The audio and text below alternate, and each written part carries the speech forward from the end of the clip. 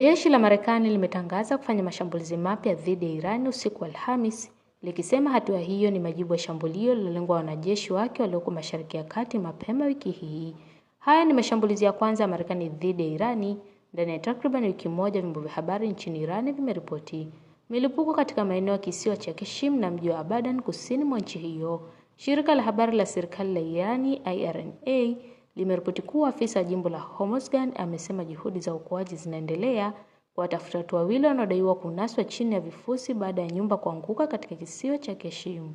Mashambulizi haya yamefanyika saa chache baada ya Rais wa Marekani Donald Trump kuonya kuwa Marekani ingeijibu Irani kwa nguvu kubwa kufuatia madai ya shambulio lililowalenga wanajeshi wa Marekani walioko Mashariki ya Kati. Siku ya Jumatano, jeshi la Marekani pamoja na jeshi la Jordan lilisema yalifanikiwa kuzuia makombora yaliyokuwa yakielekezwa nchini Jordan, yakidai kuwa yalitoka Iran na yalilenga maeneo yenye wanajeshi wa Marekani. Katika taarifa yake, kamandi kuu ya jeshi la Marekani yani CENTCOM ilisema mashambulizi hayo yalikuwa jibu kali dhidi ya kile ilichokitaja kuwa mashambulizi ya Irani yaliyolenga wanajeshi wake.